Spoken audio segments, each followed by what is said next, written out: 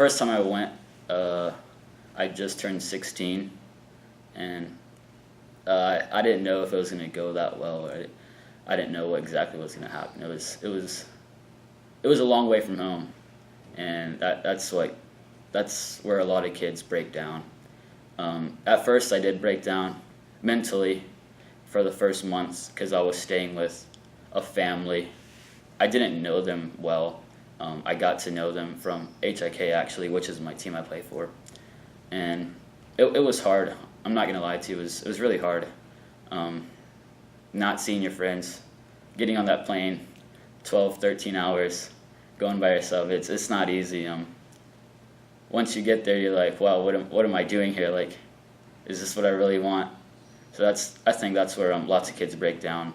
But I stuck in it, and you just have to chase your dream. Basically, you can't just say you're gonna do something, not really do it. You have to go for it. If you're gonna go all, you have to go all the way. That's my biggest advice, and I think that changed me as a person a lot, and to mature and just self-discipline. That's what helped me a lot. Self-discipline. Well, the school I go to KIES. They call it over there an after school, which over here they'll call it like a boarding school, and there's many different kids from many different countries and places, and there's two main sports over there. It's handball, which no one really plays over here in the U.S., but it's a big sport in Europe, and soccer. And there's boys and girls, and you live in dorms. There's about 130 kids who attend KIES, and yeah. So in each dorm, there's 4 different rooms, and you can have either 2 to 3 roommates. So you have about 12 other students in your room. You can have boys and girls, just depends on what they give you. So I would have to say the experience. Not many kids get to have that experience. I think overall it was great. The soccer portion and living lifestyle and getting to know Denmark. Not only Denmark, but just Europe in general. The culture, yeah, it's different, but it has its pros and cons. The food's a little different, more healthy, less fats, and the weather much colder, and you don't really see the sun that much. But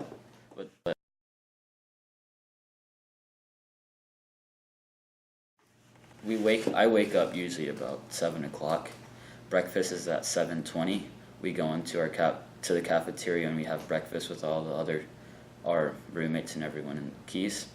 And at 7:40, we go back to our dorms and we change and get ready for practice. Training starts at 8 o'clock.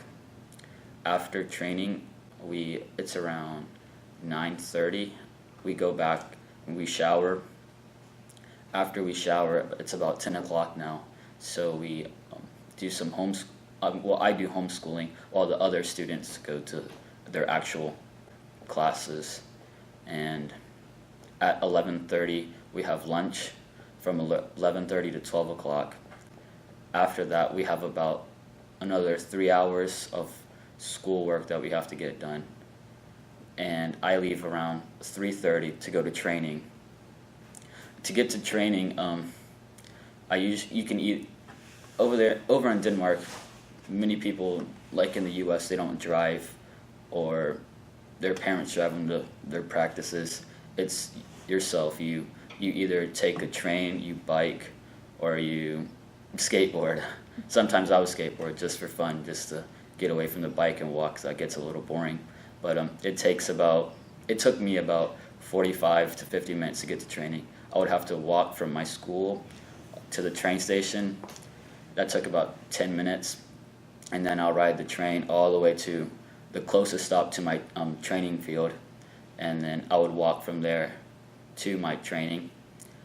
Once I got to training, practice started about 4:45. We had meetings, and then we trained. After that was about 5:15, start training, sometimes 6. And training lasts about an hour and a half, 2 hours. And once it's finished, all the guys go in the locker room. We hang out, shower.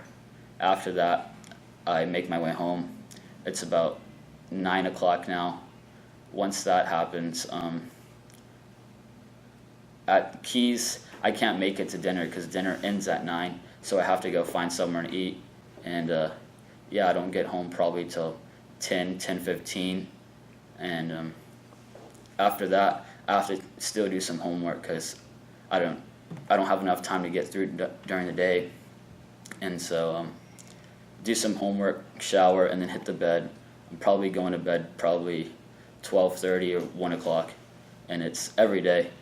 And the only days we get off is Sunday because Saturday's game day.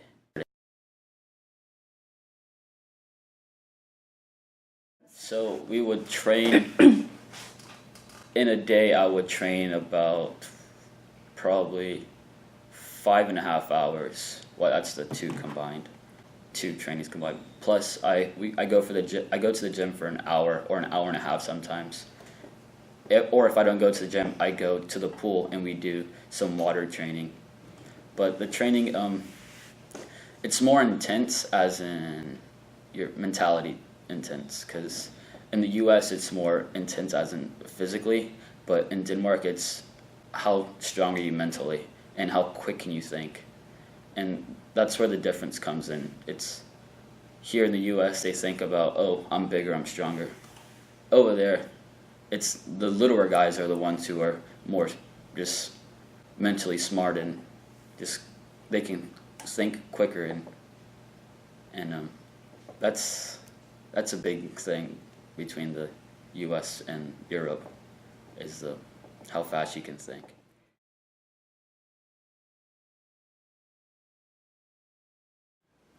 It took me about 2 months or a month and a half to become captain for my school, KIES, for their team, and it took me a little longer for HIK since I was new to become captain, but I did it. I think both, but it's mainly the coach, but the players also see who's the captain. They listen to their captain. Like it's hard to describe, but mainly the coach chooses, but also the team they also pick. So it just depends how hard you work. The main thing is how well you understand your teammates and the opponents, and if you have the work ethic and you combine those two, that's what makes a great captain. If you can cheer your team up and have them as one unit and still be able to counterattack the other team, I think that's what makes a great captain. But it's really hard to become a captain. I'm not gonna lie, it's really hard. You have to be at training before anyone else. I think that shows a lot. You have to stay after. You have to work hard in training. You have to cheer people up even when they're down. Yes, you have to get onto them, but there's a difference between getting onto them and just yelling at them. There's two big differences, and that's also something I learned over there. Here, the coaches, they scream at you, but they scream at you in a negative way, and they never like cheer you up or show you the right thing to do. It's usually just like a scream that you're always doing it bad. And over there, yes, they yell at you. They do yell at you, but it's in a positive way. And if they do put you down, your teammate or the coach will later come pick you up, and they're like, hey, this is what you have to do. There's a big difference to me.